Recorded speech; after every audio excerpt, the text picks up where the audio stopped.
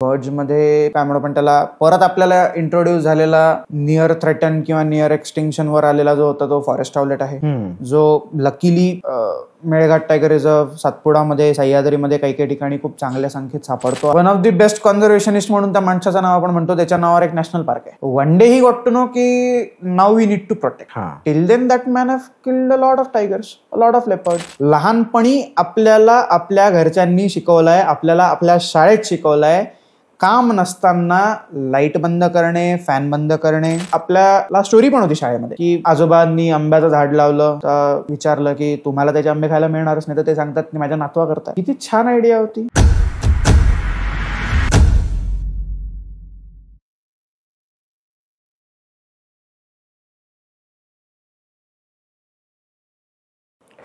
तर आता मी जसं मध्ये आता म्हणालो की हायनाज आपल्या भारतात किंवा इथल्या जवळच्या पार्टमध्ये पण आपल्याला बघायला मिळतात, हे मला माहितीच नव्हतं. हायना मुळात ह्या प्राण्याचं इंट्रोडक्शन मला नेट जिओ, डिस्कवरी यांच्या ऑफिशियल चॅनल्स म्हणा किंवा त्यांच्या चॅनल्समधनं, डॉक्युमेंटरीजमधनं मला कळलं, जे की ते पण आफ्रिकेमधल्या त्यांच्या त्या डॉक्युमेंटरीज होत्या. आणि मग जसं मी ह्या सर्कलमध्ये माझे बरेच वाईल्ड लाईफ फोटोग्राफर्स मित्र होते, ते झाले, आणि मग त्यांच्यासोबत बोलता बोलता मला या गोष्टी कळायला लागल्या. म्हणजे इव्हन वुल्फ्स बद्दल पण मला आत्ता काही वर्षांपूर्वीच कळलं माझ्या मित्राकडनं असं. तर ह्या गोष्टी आपल्याला माहितीच नसतात. तर अशा बऱ्याच भारतातल्या स्पीसीज आहेत की ज्या एंडेंजर्ड आहेत, की ज्या एक्सटेंट होण्याच्या मार्गावरती रादर झाल्या पण असतील, पण त्याचे रिपोर्ट्स वगैरे असं काही नाही. पण तुझ्या माहितीत अशा कुठच्या स्पीसीज आहेत का की ज्या एंडेंजर्ड आहेत किंवा ऑन द वर्ज की त्या एक्सटेंट पण होऊ शकतात असं? वर्ज ऑफ एक्सटिंक्शन वर तर पँगोलिन्स आहेत. पँगोलिन्सचं पोचिंग खूप मोठ्या प्रमाणावर, ट्रॅफिकिंग जे आहे, आणि नुसतंच नॅशनल नाही, इंटरनॅशनल पोचिंग रॅकेट जे आहे ना, ॲनिमल्स इन जनरल आपल्याला माहिती आहे की कुठल्याही गोष्टीचं इंटरनॅशनल मार्केट खूप मोठं राहतं. आपल्याला त्याची ग्रॅव्हिटी माहीत नसते किंवा त्याची डेप्थ माहीत नसते. तसंच ह्याचं पण आहे. ॲनिमल ट्रॅफिकिंगचं मार्केट खूपच, म्हणजे आपल्या विचारांपलीकडेच आहे, ते आपल्याला कळत पण नाही. तर तसंच एक पँगोलिन आहे. जसं टायगर लेपर्ड्स त्यांच्या क्लॉज आणि केनाइन्स करता होतं, त्यांच्या स्किन करता होतं, तो पँगोलिन सगळ्यात वर आहे. ऑटर्स आहेत, टर्टल्सचे काही स्पीशीज आहेत. बर्ड्समध्ये काय म्हणू पण त्याला परत आपल्याला इंट्रोड्यूस झालेला नियर थ्रेटन किंवा नियर एक्सटिंक्शन वर आलेला जो होता तो फॉरेस्ट हाउलेट आहे, जो लकीली मेळघाट टायगर रिझर्व, सातपुडामध्ये, सह्याद्रीमध्ये काही काही ठिकाणी खूप चांगल्या संख्येत सापडतो आहे. ज्याचं हॅबिटॅट चांगलं डेव्हलप होतं आहे बाय ग्रेस. म्हणजे निसर्गाची कृपाच म्हणावं लागेल कदाचित, की चांगल्या अभ्यासामुळे आपल्याला तो परत कळला की याचं अस्तित्व आहे. असे काही अजून पक्ष्यांचे प्रकार आहेत की ज्यांचं ट्रॅफिकिंगमुळे, डोमेस्टिसायझेशनमुळे असं भरपूर आहेत. अजून एक नवीन फंडा माहिती आहे का, असं मला वाटतं, परत त्याचे अवेलेबल प्रूफ्स नेटवर आहेत, मला वेगळे द्यायची गरज वाटत नाही, की वाईल्ड ॲनिमल्सला एक्झॉटिकच्या नावाखाली जे पाळीव बनवणं चालू आहे ना, ते पण मार्केट खूप मोठं आहे. ते पण रॅकेटच आहे, खूप मोठं रॅकेट आहे ते पण.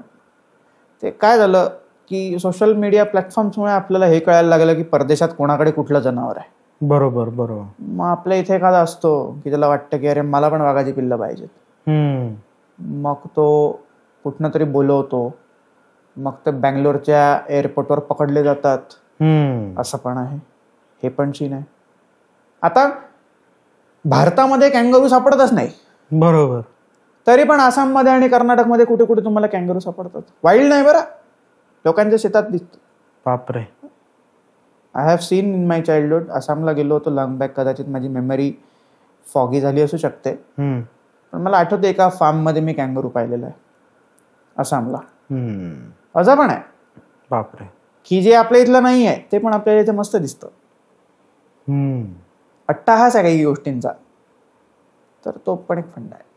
एंडेंजर्ड, म्हणजे sorry I cut you, endangered मध्ये हा सीन पण खूप मोठा आहे की त्याला रिस्पॉन्सिबल आपणच आहे, ह्युमन रेस आहे मोस्टली. कारण की आपण लिमिटलेस ट्रॅफिकिंग केलं, लिमिटलेस हंटिंग केलं in the name of sport. Again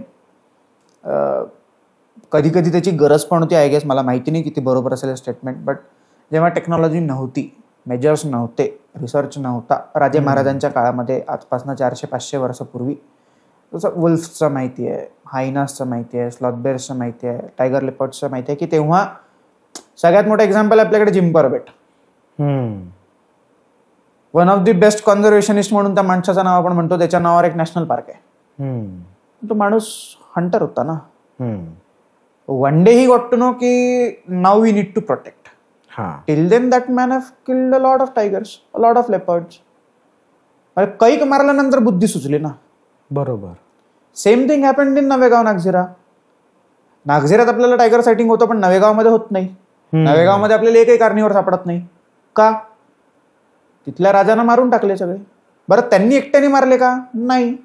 बाहेरनं तिथे जाऊन जाऊन स्पोर्टच्या नावाखाली, ट्रॉफीच्या नावाखाली बाहेरच्या राजांनी येऊन त्यांना पैसे देऊन जे काही त्याची किंमत मोजायची ना, ते ट्रॉफी ॲज इन किंमत मोजायची त्याची, त्या किमतीच्या नावाखाली सगळं केलं. आणि मग जेव्हा तिथल्या एक राजे होते, मी I will not utter the name, त्यांना असं वाटलं की अरे, जेव्हा कधी कळलं, म्हणजे मी खूपच ऑफ द ट्रॅक एक्झाम्पल देतोय खरं तर, त्यांना कसं कळलं की शिकारीला गेले तिथले तत्कालीन राजे, सावकार जे कोणी असतील, आणि बाहेरचे अजून एक आपले होते नामवंत कोणीतरी, त्यांना हंटिंग दरम्यान फक्त एक ससा सापडला पूर्ण हंटिंग ड्युरेशनमध्ये.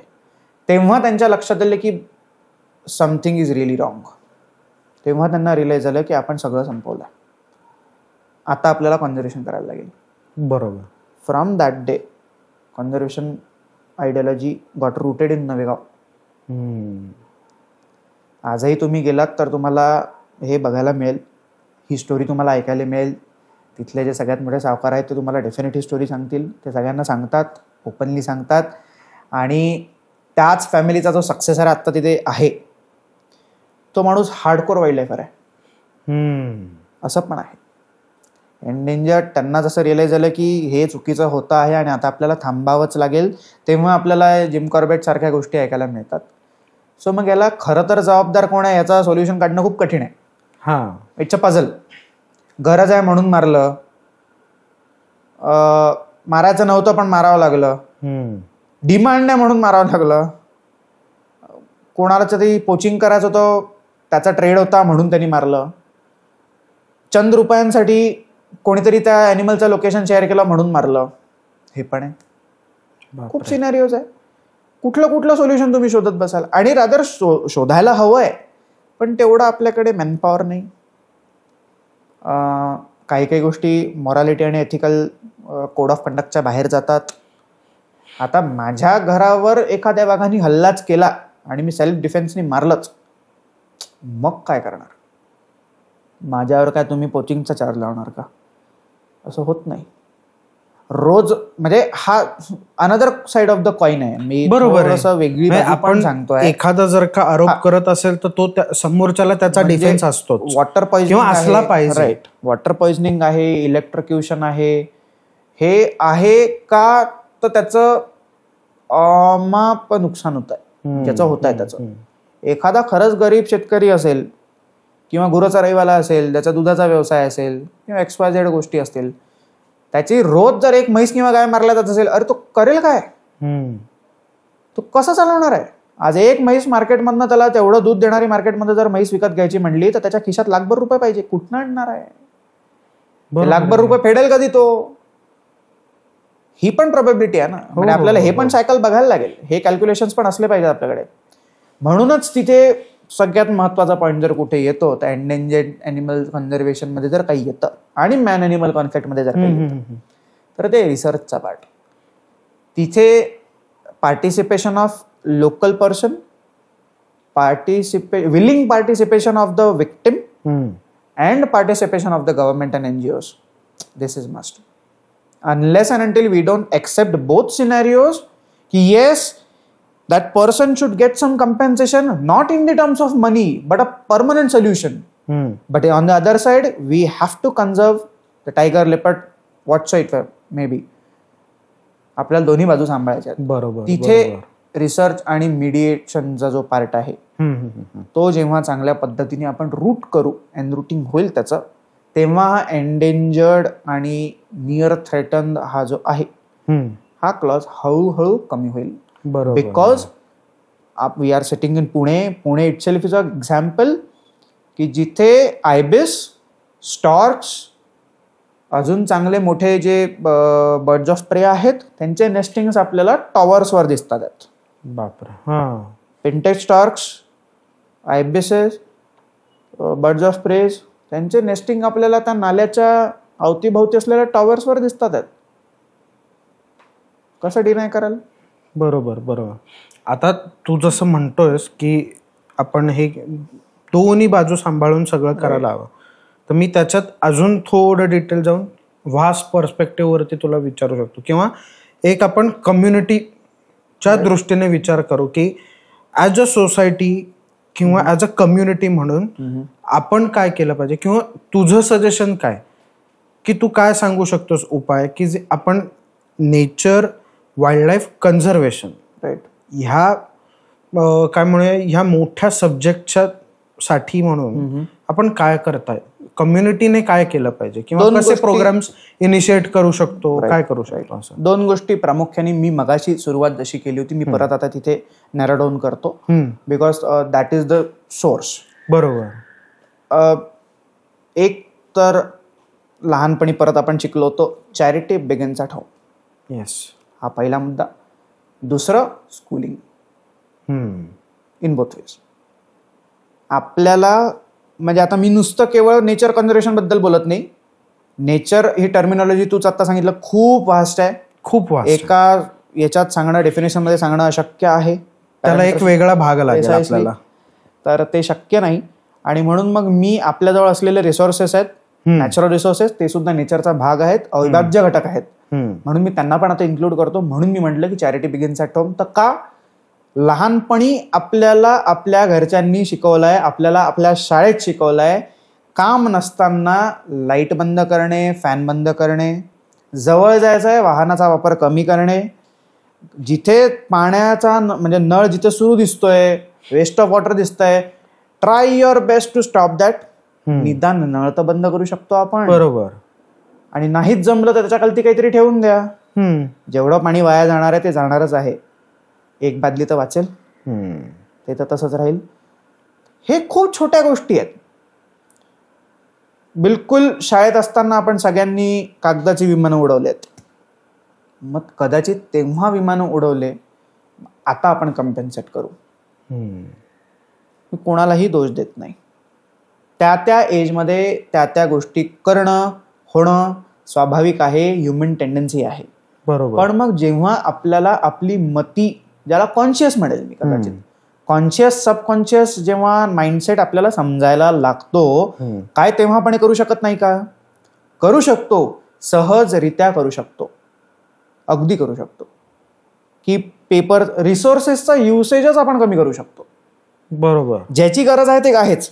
आपल्याला वाहन लागणार आहे, आपण इलेक्ट्रॉनिक डिव्हायसेस वापरू, आपल्याला इलेक्ट्रिसिटी लागणार आहे, आपल्याला आग कुठे विस्तवाचा वापर कुठेतरी करावा लागणार आहे, XYZ रिसोर्सेस असतील, लाकडाचा वापर फर्निचर करता करावा लागणार आहे, की बस त्याला अजून काय आपला जो सबस्टिट्यूटच नाही आहे. जिथे तिथे लोखंडाचा आपण वापरू शकत नाही. बरोबर. सो सबस्टिट्यूट्स आपण एक तर चांगले शोधू जे वेस्टमधनं तयार होऊ शकतात, ऑर एल्स त्याचा युसेज कमी करू, जमेल तेवढा. This is the biggest contribution we can give. This is the biggest charity we can do.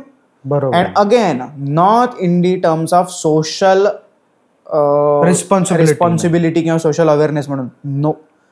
Just because आपल्याला त्याची गरज आहे. और वेदर से ड्युटी तरी काय म्हणायचं आहे? ग्राउंड्सच ठेवायला नको की हे म्हणायचंय, किंवा त्याला टर्म्सच द्यायची गरज नाही. बिलकुल. जसं आपण आज मला भूक लागले, मी अन्न खाल्लं, तसंच आज मी वापरलं म्हणून मी ते परत केलं, एवढंच आहे. का? तर मला ते परत उद्या हवं आहे, म्हणून मला उद्या परत श्वास घ्यायचा आहे, म्हणून मला झाडं जगवणं आहे, नुसतेच लावणं नाही. आता पावसाळा सुरू झाला, जिथे तिथे प्लांटेशन ड्राईव्ह, अरे 100 500 झाडांचं प्लांटेशन ड्राईव्ह घेतात लोक. चांगली गोष्ट आहे, अप्रिशिएटिव्ह आहे. त्याच्यातले किती जगतात आहे? त्यापेक्षा 10च लावा, पण ते जगवा ना. प्रिसाइसली हा मुद्दा का नाही लक्षात येत? का? कारण की पब्लिसिटी मॅटर्स. बरोबर. आणि इतक्या प्लॅटफॉर्म्स अवेलेबल असताना तरीही आपण लोकांचं, जे खरंच बुद्धिजीवी लोक आहेत, इतकं चांगलं चांगलं आपल्याला देतात आहेत आपल्या प्लॅटफॉर्म्सवर ना, वी आर ओनली लिसनिंग, इकडनं ऐकतोय तिकडनं सोडतोय. आपण ते स्वतःमध्ये अब्झॉर्ब करायचा प्रयत्न करतही असू ना तरी ते होत नाही आहे. ते होणं खूप गरजेचं आहे. कदाचित मी स्वतःला भाग्यवान समजतो की मला लहानपणी मी पण सगळ्यांनी जे केलं तेच केलं, पण कदाचित ते माझ्यामध्ये लवकर रुजलं, माझा पार्ट ऑफ इंटरेस्ट असेल म्हणून रुजलं असेल. इट्स ओके, ज्याला नाही आहे इंटरेस्ट, पण माझी नीड आहे परत उद्याच, मग ती नीड कम्प्लीट व्हायला तरी आपण करू नये का? हा सिम्पल थॉट आहे. मग हा शाळेमध्ये शिकवला जाऊ शकत नाही का? शाळेमध्ये बालवाडीपासनं मुलांना शिकवणं आपण सुरू करायला हवं. घरच्यांनी सुद्धा लहान असतानाच मुलगा जर किंवा घरातला लेकरू जर एखाद्या गोष्टीचा हट्ट करत असेल ना, त्याला द्या, प्रोव्हाइड करा. त्याचा अमाऊंट सेट करा, त्याची क्वांटिटी सेट करा, त्याची इंटेन्सिटी सेट करा, फ्रिक्वेन्सी सेट करा, की एवढं म्हणजे एवढंच, याच्यापेक्षा जास्त नाही, आणि इतक्या दिवसांनंतर म्हणजे इतक्या दिवसांनंतरच, त्याच्यापेक्षा जास्त नाही. हे जेव्हा आपण लिमिटेशन्स देऊ तर आपल्याला ते लॉंग टर्म दिसणार आहे. लहानपणी परत परत मागे जातो मी, हे थोडंसं रिपिटेटिव्ह होऊ शकतं, बोरिंग पण वाटू शकतं, पण आपल्याला आपल्या रूट्सवर जाणं गरजेचं वाटतंय मला. बरोबर आहे. मला पर्सनली तर वाटतंच, आणि मी जे ऑब्झर्व करतो मला तिथे पण वाटतं की आपले वडीलधारे, आपल्याला स्टोरी पण होती शाळेमध्ये की आजोबांनी आंब्याचं झाड लावलं तर विचारलं की तुम्हाला त्याचे आंबे खायला मिळणारच नाही, तर ते सांगतात की माझ्या नातवा करताय. किती छान आयडिया होती. पण नुसतं नातवाला आंबे मिळणं हा उद्देश होता का? अजिबात नाही. मी जिवंत असेपर्यंत मला शुद्ध हवा आणि समाधान, या दोन गोष्टी, आणि जेव्हा नातू मोठा येईल तेव्हा त्याला अजून शुद्ध हवा आणि फळं, ह्या दोन गोष्टी. किती सोपं उदाहरण आहे. आणि आपल्याजवळ जर असलेलं सगळं जर संपत गेलं ना एक दिवस, तर माणसाचं पीस ऑफ माइंड जे आहे ना ते चाललं जाईल. आजही बघा, आपल्याला जर पीस हवं असेल, शांतता हवी असेल, तर we are going for resorts in jungles areas. बरोबर. आपण सफारीजला जातोय, आपण बीचेसवर जातोय. का? पीस ऑफ माइंड मिळते, सोलॅस. अरे ते आहे ते संपून तुम्ही दुसरीकडे सोलॅस घ्यायला जाताय ना, मग तिथला सोलॅस संपून जाईल ना एखाद दिवशी. सगळेच जर तिथे जायला लागले, न जाणं हा हे नाहीये, जा ना, डेफिनेट जा, पण लिमिटेशन्स द्या. प्रत्येक गोष्टीला लिमिटेशन्स द्या. हा सर्रास सगळीकडे चालू आहे, इलिगल आहे, सगळ्यांना माहिती आहे, but just in the name of money everything is going on. त्याला आळा घालावाच लागेल, त्याला पर्याय नाही आहे. शहरात खूप प्रदूषण आहे, कोणी वाढवलं? आपणच वाढवलं ना. गाड्या घोड्या आपल्याला हवा, शौकपाणी आपल्याला हवेत, इंडस्ट्रियलायझेशन आपल्याला हवं, कन्स्ट्रक्शन होणार आहे, नीड आहे, मला माहिती आहे, प्रत्येक गोष्टीची need. Compensation, giving back, because we are taking it. Over exaggeration जे आहे ना, प्रत्येक गोष्टीचं, प्रत्येक गोष्टीवर गरज नसताना आपण घेतोच आहे, संपूनच जाणार एक दिवस. आपल्याला बऱ्यापैकी आता स्टोरीजमध्ये यायला लागलं, न्यूजमध्ये, की गल्फ कंट्रीजमधलं किंवा युरोप कंट्रीजमधलं ऑइल संपत आहे. संपणारच ना. आपल्या ओशन्समधलं ऑइल संपत आहे. पेट्रोलियम प्रोडक्ट्सचं प्राइस हाईक होण्यामागचं रिझन कदाचित हेच आहे, एक्सेस यूज. लिमिटेशनच नाही. नीड आहे, मला माहिती आहे, कमी करू शकतो ना. हे सगळं होऊ शकतंय जर आपण ड्युटी म्हणून नाही, अवेअरनेस म्हणून नाही, बट नीड म्हणून ज्या मोमेंटला करू, तिथपासून सुरू होतं. आणि schools are the source of these ideas, because घरापेक्षा जास्त लहान मुलं किंवा मुलं ही शाळेमध्ये घालवतात, त्या टीचरसोबत घालवतात. त्यांच्यामध्ये sense of gravity, sense of awareness, sense of need, sense of morals and ethics, हे तिथेच डेव्हलप होऊ शकतं. ठीक आहे. आणि त्याहीपेक्षा sense of brotherhood, livelihood and को एक्झिस्टन्स. बरोबर. हे सगळे सेन्सेस तिथे डेव्हलप होऊ शकतात एका क्लासमध्ये बसून फक्त. हो ना. आणि मास स्केलमध्ये एका वेळेस 40-50 मुलांना कळेल. ते 50च्या 50 इम्प्लिमेंट करणार नाही लगेच, लागू देत ना वेळ. KG1 KG2 पासून सुरू करा सांगणं, त्यांच्या लेवलला जाऊन. आता जे तज्ज्ञ मंडळ असेल कदाचित त्याची काहीतरी प्रोसेस असेल, डेफिनेट नसणार, तसं होणारच नाही. त्या प्रोसेसला जा, तिथपर्यंत जा, ग्राउंड लेवलपर्यंत. तिथपासून त्यांना रुटीन सुरू करा. जेव्हा ते बाळ, तो मुलगा मुलगी 8वी मध्ये 7वी येईल ना, तेव्हा त्याला तिथे सेन्सेस त्याचे ऍक्टिव्ह होणार आहेत की अरे तेव्हा मी ऐकलं होतं. म्हणून आता ती खूप साऱ्या कॉलेजेसमध्ये आणि स्कूल्समध्ये सुरू झालंय की ट्री नेमिंग किंवा ते माझ्या नावाचं झाड लावायचं मी जेव्हा शाळेमध्ये येतो किंवा कॉलेजमध्ये येतो, आणि माझीच रिस्पॉन्सिबिलिटी आहे त्या झाडाला जगवणं. अर्थात एक केअरटेकर असतोच, पण ते झाड आहे की नाही, त्याला पाणी हवं आहे का, त्याला प्रुनिंग हवं आहे का, खत हवं आहे का, तो केअरटेकर बघेलच, पण it is your responsibility to look after it. बरोबर. कारण की कंपल्सरी जर थोडंसं केलं नाही तर नेग्लिजन्स, मिअर निग्लिजन्स, परत हा मिअर शब्द खूप महत्वाचा आहे बरं. सिली ज्याला म्हणतो आपण, mistakes are never silly, we are silly who are calling them silly. असं खूप माझं कठोर मत आहे पण प्रामाणिक मत आहे. बरोबर. मला माझ्या शाळेत असताना एका टीचरने शिकवलं होतं, मी ते आजतागायत स्वतःला सांगतो, स्वतःला शिकवत राहतो की I am the silly one if I am committing some mistakes, not mistakes are silly. हे तिथे सुरू होईल ना, हे खूप गोष्टी आता ज्या आपल्याला ऐकायला मिळतात आहेत त्या ऑटोमॅटिकली कमी होईल. काही जास्त मेहनत करायची गरज पडणार नाही आपल्याला. खूप सोपं. बरोबर. तू आता एवढं सांगितलंस आणि मला माहिती आहे की तू अरण्यम म्हणून तुझी NGO आहे स्वतःची, तू त्याच्यातनं असे वेगवेगळे प्रोग्राम्स, वेगवेगळे आपण म्हणूया काय कॅम्पेन्स घेत असतोस. त्याच्याबद्दल मला माहिती सांग. आणि पहिले मुळात अरण्यमची स्थापना करण्याची किंवा ते निर्माण करण्याची गरज किंवा एक प्लॅटफॉर्म का तुला असं वाटलं की मी अरण्यम सुरुवात करतो, आणि मग त्याच्यातनं ओव्हरऑल तुझी जर्नी आत्तापर्यंतची, आणि ज्याच्यात तू आत्ता वेगवेगळे प्रोजेक्ट्स म्हणा किंवा ड्राईव्ह म्हणा, काही हे जे काही तू आत्ता करतोयस, करून झालेले आहेत किंवा आता करायचे आहेत, याबद्दल पण तू मला सांग. अरण्यमची सुरुवात आम्ही कॉलेज डेजमध्ये ग्रॅज्युएशन म्हण तेव्हा सुरू झाली. त्याच्या आधी आमचे स्मॉल पॉकेट्स होते, क्लस्टर फॉर्म्स जे असतात आपले, की 4-5 मित्र आहेत, काहीतरी करायचं इच्छा आहे.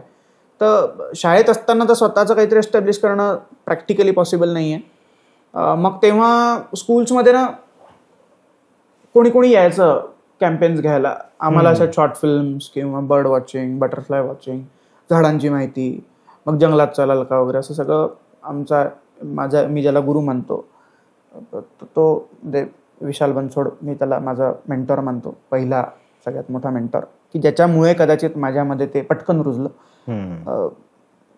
म्हणजे I explain later I guess. तर स्कूल्समध्ये आम्हाला ते मिळत होतं, तर तिथपासनं कदाचित ते डेव्हलप झालं. आणि मग कॉलेज डेजमध्ये आल्यावर असं वाटलं की आपण काम करावं. मग दुसऱ्या NGO सोबत काम सुरू केलं. त्यांच्याकडे व्हॉलंटिअरिंग करायचं, पार्टिसिपेशन घ्यायचं, 10-20 रुपये एंट्री फी, त्याचा आय कार्ड. आपल्याला आनंद राहतो, क्युरिओसिटी राहते की अरे माझ्याकडे कार्ड आहे वगैरे. स्कूल्समध्ये फार इंटरेस्टिंग वाटतं ते, बिकॉज आपल्याला बाकी एक्सपोजरच नसतं. आजकालच्या मुलांना लगेच एक्सपोजर आहे, कारण की सगळं त्यांच्या फोनवरच चालतं. म्हणजे KG1 KG2च्या मुलांचे क्लासेस सुद्धा ऑनलाईन चालतात. खरं तर काय माहिती का बरं, मला खूप फनी वाटतं ते समहाऊ, बट ठीक आहे, त्यांची गरज असेल ती. तर तेव्हा असं काही नव्हतंच ना, तर त्याचं कौतुक होतं, ते करत पण होतो आम्ही. क्युरिओसिटी होती, कारण की समथिंग न्यू, समथिंग डिफरंट. त्यानिमित्ताने कदाचित नवीन काहीतरी बघायला मिळायचं.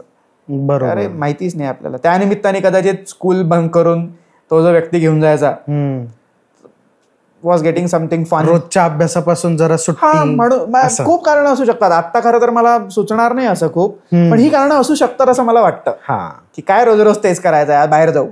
मग बाहेर शाळाच पाठवते ना, वाय नॉट टू, चलो. तर असं ते सुरू झालं. आणि मग स्कूलिंग नंतर मग कॉलेजमध्ये आलो. कॉलेजमध्ये NGOजवर थोडंसं चांगलं काम करायला लागलो. त्यांचे जे लोकल प्रोजेक्ट्स किंवा लोकल कामं होते, waste management, waste segregation, plantation drive, awareness campaign, Ganpati, घरोघरी मातीचे गणपती, या मोहिमा होत्या, हरित सेना, NSS, NCC, याच्यातनं हे सगळं डेव्हलप होत जातं. आणि I got these ideologies from there only, if I am not. म्हणजे मला असं वाटतं की मला ते तिथनंच मिळालं सगळं काही. आणि मग त्याला पॉलिशिंग करणारे लोक माझ्या आयुष्यात भरपूर आहेत. बाय नेचर्स ग्रेस मला ते खूप चांगले लोक मिळालेत, इन्क्लुडिंग माय पेरेंट्स, माय फ्रेंड्स, माय ग्रँडफादर, माय मेंटॉर्स, माय टीचर्स, XYZ.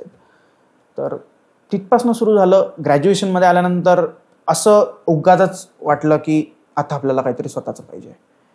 उर्मी असते काहीतरी प्रयोग करायची, बरोबर प्रॅक्टिकल करून पाहू, काय फेलच होईल, लोक नावं ठेवतील, याच्या पुढे तर काही होणार नाही. सो असं काहीतरी डोक्यात आलं. मग माझे क्लोज फ्रेंड्स श्रीहरी, श्रीपाद, असे सगळे, अजिंक्य, आम्ही सगळेजण असं मिळून एक काहीतरी ग्रुप फॉर्म केला.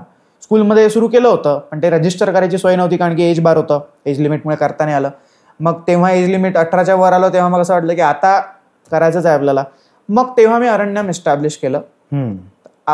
2024 मध्ये अपकमिंग ऑगस्ट 7th आम्ही 10 वर्ष पूर्ण करतो. अरे वा. येस, या वर्षी आम्ही 10 वर्ष पूर्ण करतोय. आणि मग 10 वर्षामध्ये आम्ही काय काय केलं, तर खूप असं मोठं कार्य केलं असं नाहीये. खारीचा वाटा आहे. जेवढा आम्हाला सगळ्यांना मिळून जमतं, आर्थिकरित्या, मानसिकरित्या, शारीरिकरित्या, जेवढा आम्ही इनपुट्स देऊ शकतो, कंट्रीब्युशन देऊ शकतो, पार्टिसिपेशन करू शकतो, तेवढा आम्ही करायचा प्रयत्न करतो. अगदी फ्रँकली सांगतो मी, काही याच्यात कमीपणा वाटण्याचं काम नाही. खूप लोकांनी असं पण म्हटलं की अरे एवढंसं करून काय मिळणार. ठीक आहे, what we are getting in return is satisfaction. Yes. आणि ह्या 10 वर्षात कदाचित मला, जेव्हा अरण्यम मध्ये काम करतोय, या 10 वर्षात एक पर्सनल थॉट माझा तयार झाला, जो खूप स्ट्रॉंग आहे, इन्स्टिंक्ट म्हणू शकता कदाचित, की निस्वार्थ असं काहीच नाही आहे माझ्या लेखी. मी काहीतरी करतो, का करतो, इन रिटर्न मला सॅटिस्फॅक्शन मिळतं. निस्वार्थ नाही आहे म्हणजे ते. निस्वार्थ म्हणजे ते ज्याच्यातनं मला इन रिटर्न काहीच मिळत नाही. इथे मला मेंटल पीस मिळत आहे. सगळ्यात महत्वाचं, जर मला काही हवं असेल, मग निस्वार्थ कसं झालं. म्हणजे थोडं फिलॉसॉफिकल वाटू शकतं हे, पण तुझं कार्य पण तसं आहेच ना, ते माहिती नाही, पण म्हणजे हा पर्सनल एक्सेप्टन्स आहे कदाचित. This is what it is for me. Like, कारण ऑब्व्हियसली तू इतके वर्ष ह्याच्यात आहेस, तू ती जर्नी जगलायस, बरोबर आहे. राईट. आणि जर का तुला ती रिप्रेझेंट करायची असेल किंवा कुठेही काही हे करायचं, तर तुला ते थोडंसं एक फिलॉसॉफिकल म्हणा किंवा थोडंसं लाली टोपी लावल्यासारखं तुला ते थोडंफार हे करणं. हा सेन्स माझा डेव्हलप झाला आता, माहिती नाही का, पण झाला की I am getting most important thing for myself is mental peace आणि सो अँड सॅटिस्फॅक्शन.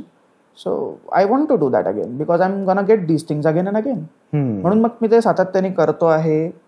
भरपूर लोक आहे त्याच्यात, माझे मित्रमंडळ, सगळे लोक, आम्ही सगळे सोबत काम करतो. अरण्यम माझं आहे म्हणण्यापेक्षा आम्ही सगळे अरण्यमचे आहोत. अरण्यम इज अ मीडियम आमच्याकरता आहे की त्यांनी, त्या टायटलनी आम्हाला सगळ्यांना कॉम्पॅक्ट ठेवलाय, इंटॅक्ट ठेवलाय. वेगळ्या वेगळ्या प्रोफाईलला बिलॉंग करतात सगळेजण, सगळ्यांचं करिअर ओरिएंटेशन वेगळं वेगळं आहे, पण तरीही when it comes to work for Aranyam, आम्ही सगळेजण बरोबर काही ना काही, जिथे जिथे असू तिथे तिथे त्याचं थोडं थोडं काम करत राहतो.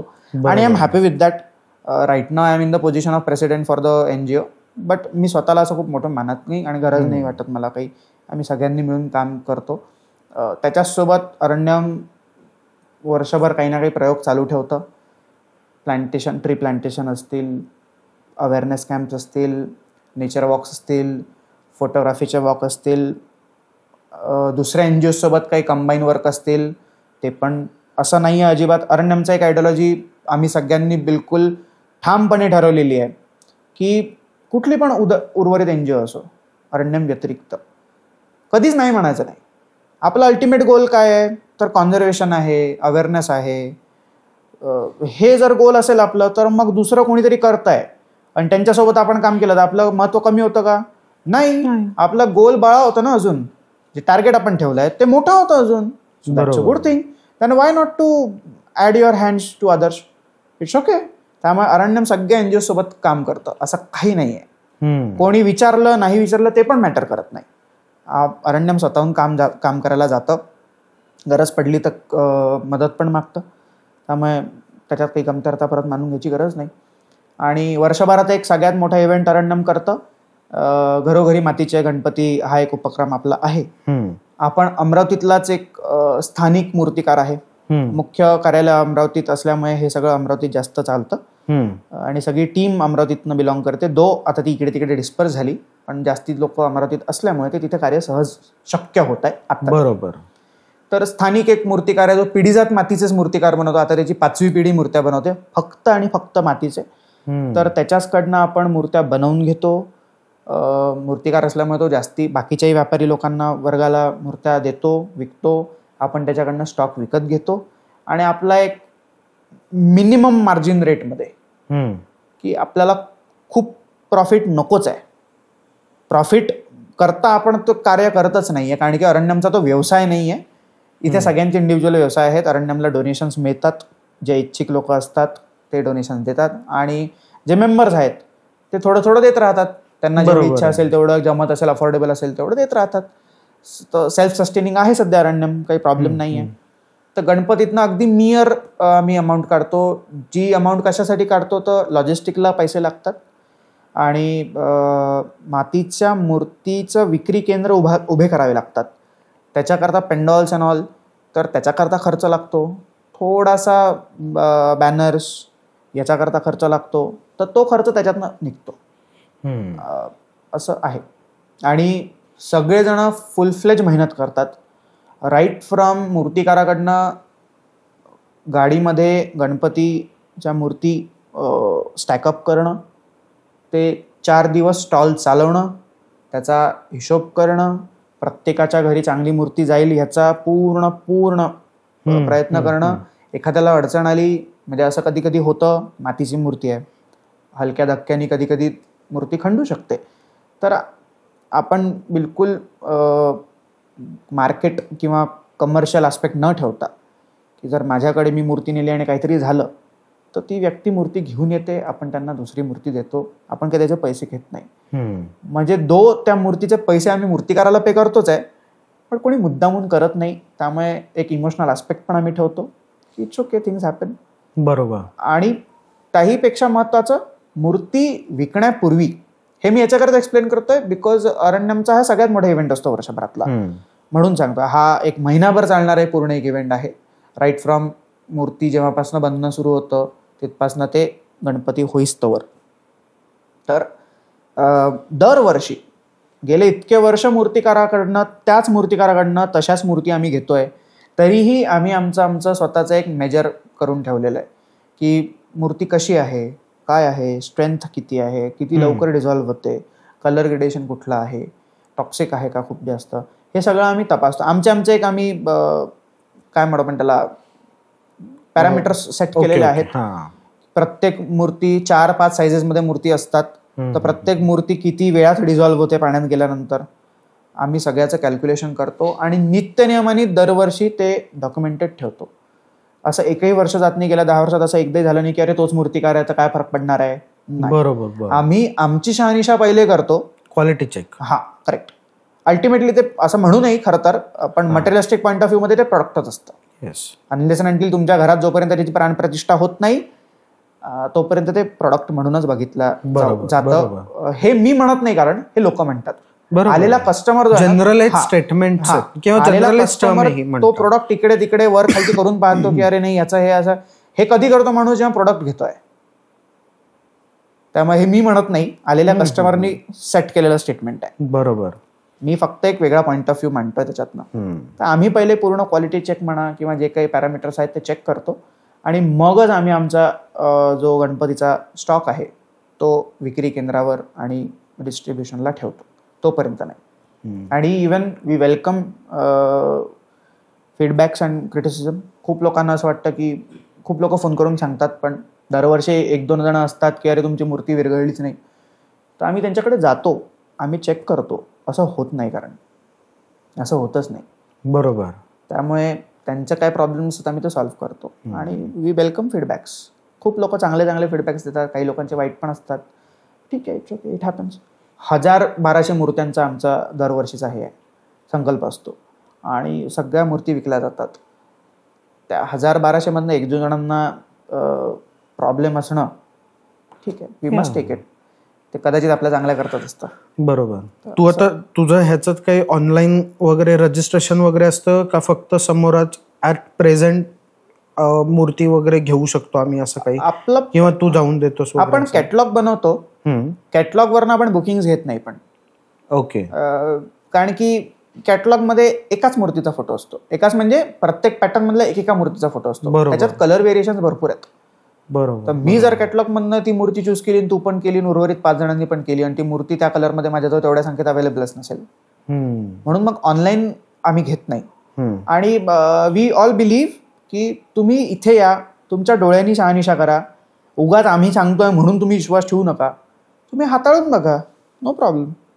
लोक मूर्ती घेतात, पालथी वगैरे करून बघतात, त्यांचं जे काही असेल बघण्याचं, चेक करण्याचं ते करतात आणि मगच घेऊन जातात.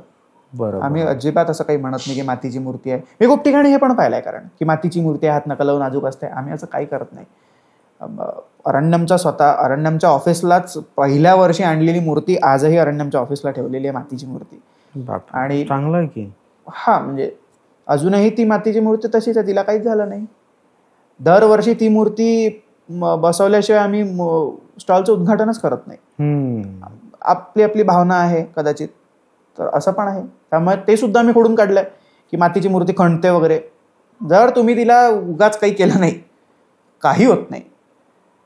वर्षानुवर्ष आपल्याकडचे माठ तसेच राहतात, ते मातीचेच बनतात ना. ओके. त्याला कुठे काय होतंय? बस सिम्पल आहे, तेच आहे, दुसरं काय. असं आहे. आणि ग्रेट इनिशिएटिव्ह. बाकी ऍक्टिव्हिटीज चालू राहतात. 1 वर्ष आपण सीड गणेशा पण केला. अजून काही गणपतीसोबत आपण मेळघाटातल्या ग्रामीण भागात जे म्हणजे आदिवासी महिला ज्या आहेत, त्यांचे बचत गटाचे छोटे छोटे ग्रुप्स आहेत, त्यांना पण आपण 2-3 वर्षाचं काम दिलं होतं की कापड आपण आणून दिलं, आपल्या NGOचा आपण स्टॅम्प आणून दिला, स्क्रीन ज्याला म्हणतो आपण. तर कापडावर ते प्रिंट करून आपल्याला पिशव्या शिवून देतील. आपण त्या पिशव्या, कापडी पिशव्या, उद्देश एकच आहे की प्लास्टिक बॅग्सला सबस्टिट्यूट. बरोबर. थोडासा आपला तो एक बेसिक उद्देश होता. आपण 1 वर्ष झाडाची रोपं दिलीत, सगळी चांगली रोपं दिलीत, आणि असं नाही फुलाची झाडं दिलीत. आपण अशी रोपं दिलीत जी खूप मोठी होत नाहीत आणि छान सावली पण देतील आपल्याला, लवकर पण वाढतील, आपण आपल्या कॉलनीमध्ये लावू शकू, ज्याचा झाडाचा बुंदा खूप मोठा होत नाही. मी परत मगाशी जसं बोललो की भीती असते सगळ्यांना त्याची, म्हणून लावत नाहीत आणि कापतात वगैरे. तर आपण तो पण एक करून पाहिला प्रयोग. असे भरपूर वेगळे वेगळे उद्योग आम्ही करून पाहिलेत. अवेअरनेस लिफलेट्स दिलेत, आपण कापडी बॅनर्स प्रोव्हाइड केलेत, आपण बुकमार्क्स प्रोव्हाइड केलेत. असं सगळं आपण काही ना काही नवीन, उगाच प्रायोगिक तत्वावर असतं हे, आय एक्सेप्टेड, पण ते सगळ्यांकरताच नवीन असतं, तर त्याला ऑप्शन नाही आहे, करत राहावं लागतं. एखादी गोष्ट होते सक्सेसफुल, एखादी नाही होत. बरोबर. अरण्यमचं अजून एक असं आहे की गणपती स्टॉलवर आपण जो एखादा ओळखीचा, मित्राचा मित्र, मैत्रीण वगैरे आर्टिस्ट असतात, त्यांना चांगलं स्टेज नसतं मिळत, त्यांना त्यांचं आर्ट विकायचं असतं, आपण ते सुद्धा त्यांना विकायला टेबल देतो. त्याच्यातनं आपण काही येत नाही. अमरावतीतच अजून 1-2 मूर्तिकार असे आहेत जे घरगुती मूर्ती बनवतात पण विकायला बनवतात. ते 50च मूर्त्या बनवतील पण त्यांना ते विकायच्या असतात. त्यांच्या मूर्त्या पण आपण त्या स्टॉलवर विकतो, अरण्यमच्याच नावाने विकतो, पण त्याचे पूर्ण पैसे त्या पोरालाच जातात. आपण त्याच्यातनं काही घेत नाही. बरोबर. त्यामुळे Aranyam is open for every idea. ती होते नाही होत ते आमच्या हातात नाही आहे, पण एक्सेप्टन्स आम्ही डेफिनेट ठेवतो. वर्षभर मग असं काही ना काही गणपती झाला की मग क्लिनलीनेस ड्राईव्ह असतात, कारण की विसर्जन झालंय, प्रत्येकाचं मूर्ती बसवण्याचं वेगळं हे असतं, वलय म्हणजे काय म्हणून त्याला, मला एक्झॅक्ट शब्द नाही आठवत, पद्धत असते आपली. हा, डेकोरेशन म्हणा, गणपतीला टिकल्या विकल्या काय काय लावतात, ते कुठे जात आहे, ते नॅचरल रिसोर्सेस मध्ये जात आहे. मग ते क्लिनलीनेस ड्राईव्ह आहे. मग क्लिनलीनेस ड्राईव्ह नंतर त्याच्यातनं जो कचरा निघाला तो सेग्रिगेशन आहे, तो रियुजेशन आहे, तो रिसायकलिंग आहे. हे सगळं त्याच्यानंतर पोस्ट गणपती प्रोसेसर्स आहेत. ते ज्यांना ज्यांना जसं जसं जमतं 2-4 NGOज मिळून काम करतात, महानगरपालिका मिळून काम करतं, हे कोलॅबरेशनमध्ये, म्युच्युअल अंडरस्टँडिंगमध्ये काम चालतं. तर असं सगळं आहे अरण्यम. आणि वर्षभर काही ना काही छोटं छोटं काम करत राहतं, जो तो त्याच्या हिशोबाने त्याचं इनपुट देत राहतो. असं काही गरजेचं नाही की मोठं काहीतरी केलंच पाहिजे. आपल्याला जेवढं झेपतंय आपण तेवढं करतो. ज्या दिवशी गरज पडेल त्या दिवशी सगळेजण आहेतच, आणि ज्या दिवशी अशी वेळ येईल की आपल्या जो सगळं काही आहे आपण मोठं काहीतरी करू, त्या दिवशी मोठं काहीतरी करू. बरोबर. मग शॉर्ट फिल्म्स असतील, डॉक्युमेंटरी असतील, हे पण अरण्यम करतं. अपॉर्च्युनिटी आली तर डेफिनेट करतं. मेळघाटवर 2 शॉर्ट फिल्म्स केल्या, एक ज्ञानगंगा वाईल्ड लाईफ सेंच्युरीची केली, एक ग्रीन वॉरियर्स ऑफ मेळघाट केली, एक वाईल्ड लाईफची केली आहे. अमरावतीला लागून एक पोरा मालखेड टेरिटोरियल फॉरेस्ट आहे, तिथे छोटं छोटं काम चालू राहतं. अवेअरनेस ड्राईव्ह तर वर्षभर चालू राहतं, छोटे मोठे रेस्क्यू चालू राहतात. हे सगळं असं अरण्यम काम करतं.